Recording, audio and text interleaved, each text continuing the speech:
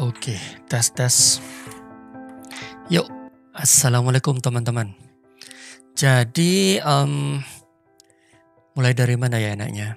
Jadi gini, eee, tentu tahu Git dong, sebagai developer itu sudah kayaknya menjadi kebutuhan utama ya, sudah menjadi kebutuhan yang tidak bisa dielakkan lagi dalam keseharian kita. Ada beberapa teman yang lebih prefer untuk menggunakan, Git command dari CLI, saya termasuk salah satunya. Dan tapi ada juga teman-teman yang lebih comfortable untuk bekerja dengan, Git GUI. Jadi, aplikasi Git yang ada user interface-nya seperti itu.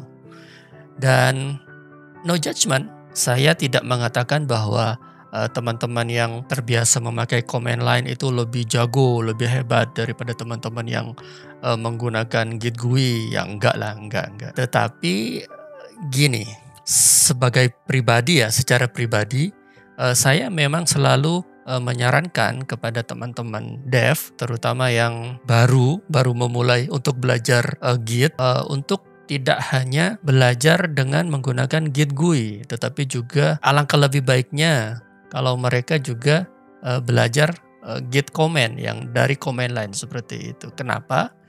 Soalnya gini, ada kasus, dia menggunakan Git ya lancar dalam kesehariannya di komputernya karena di situ dia menggunakan Git GUI, tetapi ketika suatu hari diharuskan untuk,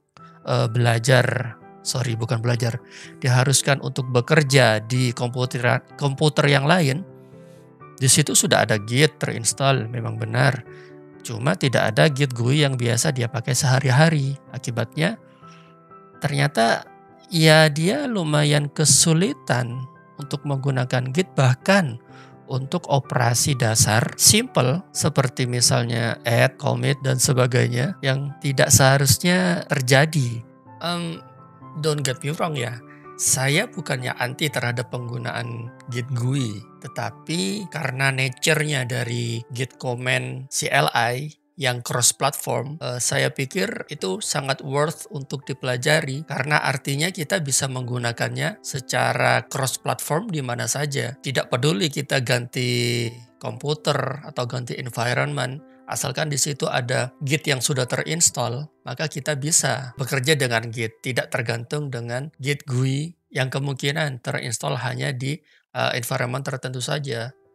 Misalnya di komputer kita aja seperti itu. Saya juga masih menggunakan, Git GUI untuk keperluan-keperluan tertentu, misalnya untuk nge-merge konflik seperti itu. Itu sangat-sangat susah sekali kalau saya hanya mengandalkan, Git command seperti itu.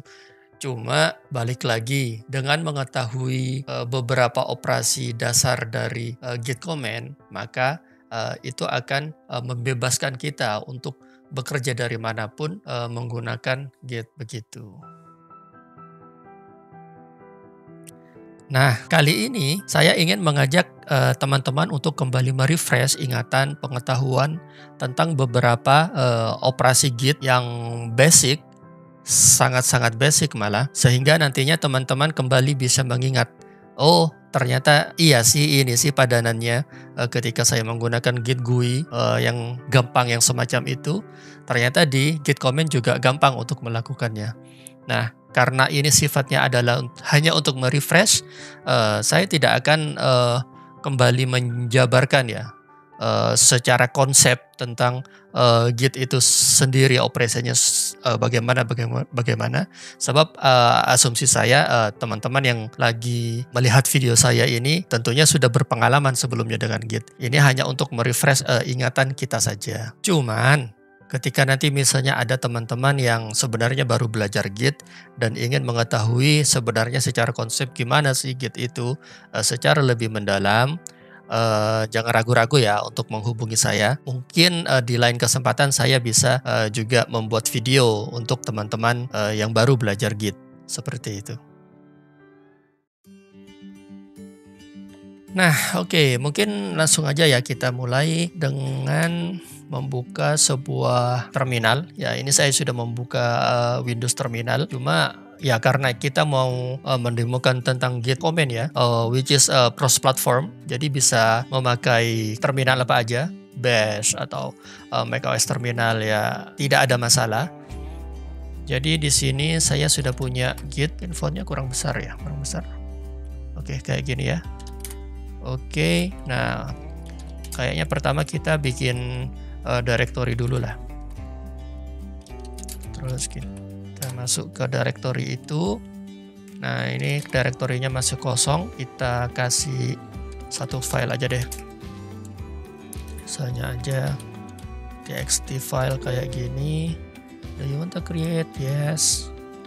Isinya git basic 101. Oke, kita kasih aja seperti ini. Alright.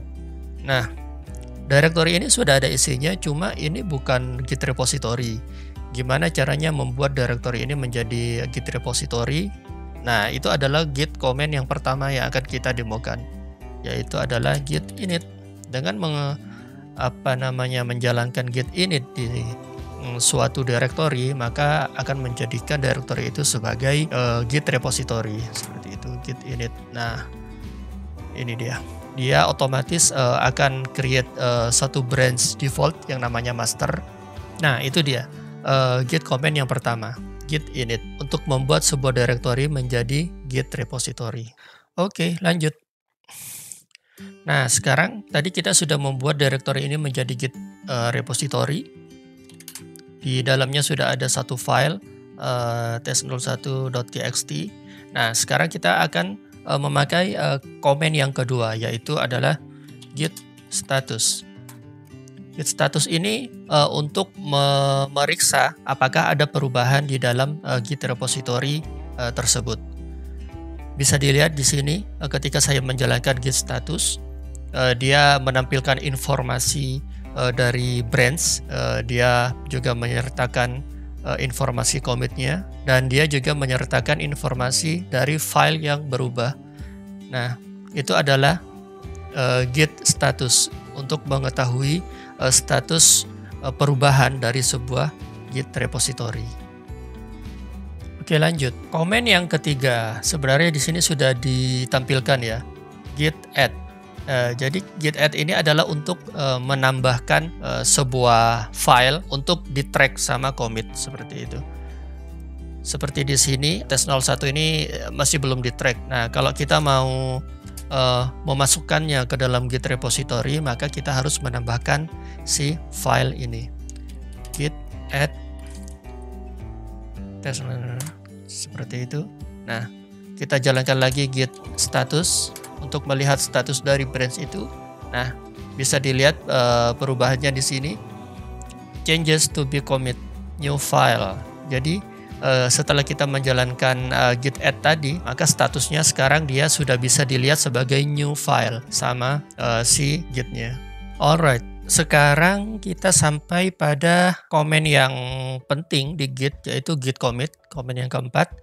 Nah, kalau kita menjalankan git commit seperti ini tanpa parameter apapun ya, artinya dia akan melihat di directory itu, di Git repository yang sedang kita kerjakan itu, dia akan mengcommit semua hal yang sudah di-add sama git add yang tadi sudah kita lakukan juga.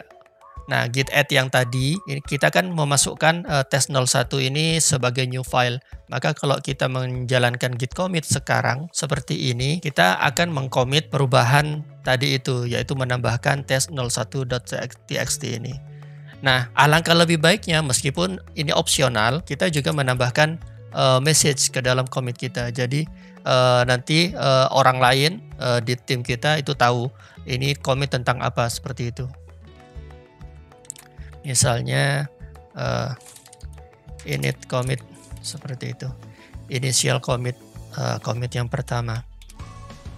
Alright, jadi ini commitnya sudah berhasil. Dan kalau kita jalankan lagi git status, di sini terlihat nothing to commit, working tree clean. Artinya perubahan yang sudah kita lakukan tadi sudah di-commit dengan sukses, seperti itu.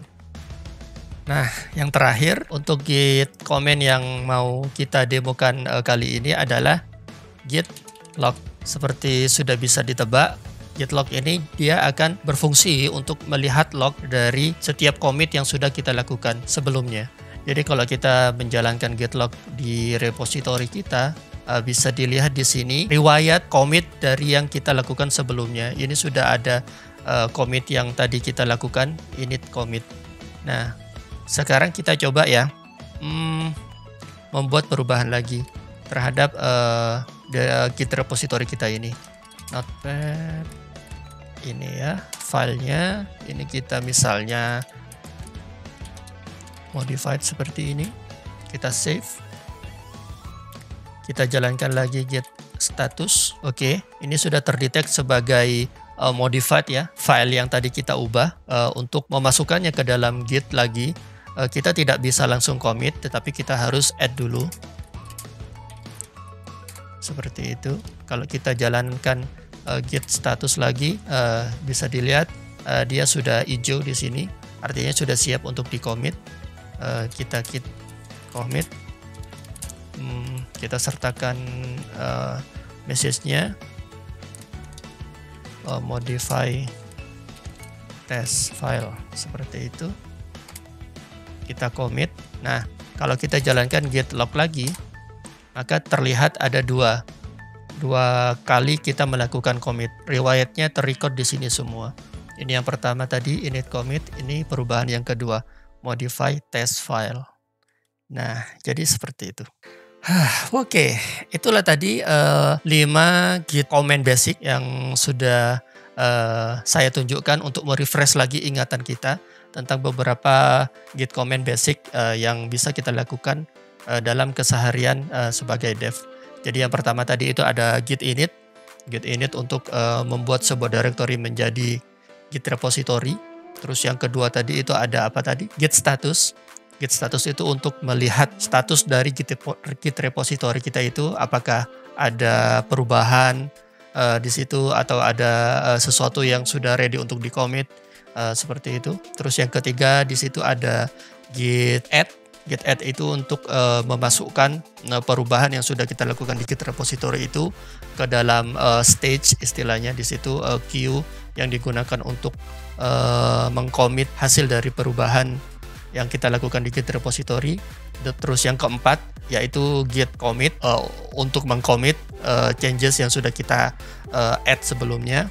Terus yang terakhir adalah git log. Git log untuk menampilkan log dari riwayat commit dari directory atau git repository yang sedang kita kerjakan itu.